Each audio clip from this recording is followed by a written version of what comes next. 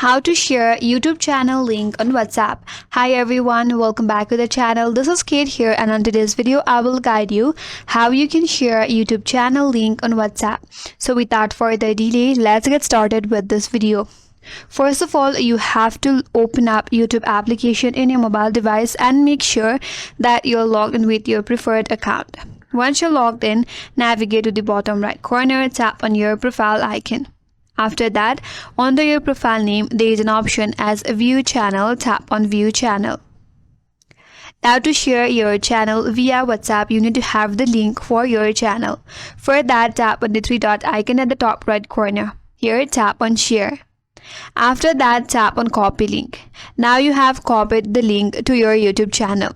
To share it on WhatsApp, then you have to open up WhatsApp in your device. Make sure that you're logged in with your preferred account.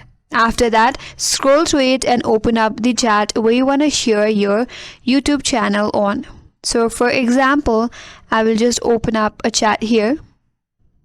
Once you have opened your chat, you have to paste the link here, then send it here. After that, this person will have access to this link and will navigate to your YouTube channel. That's it. That's how you can share your YouTube channel link on WhatsApp.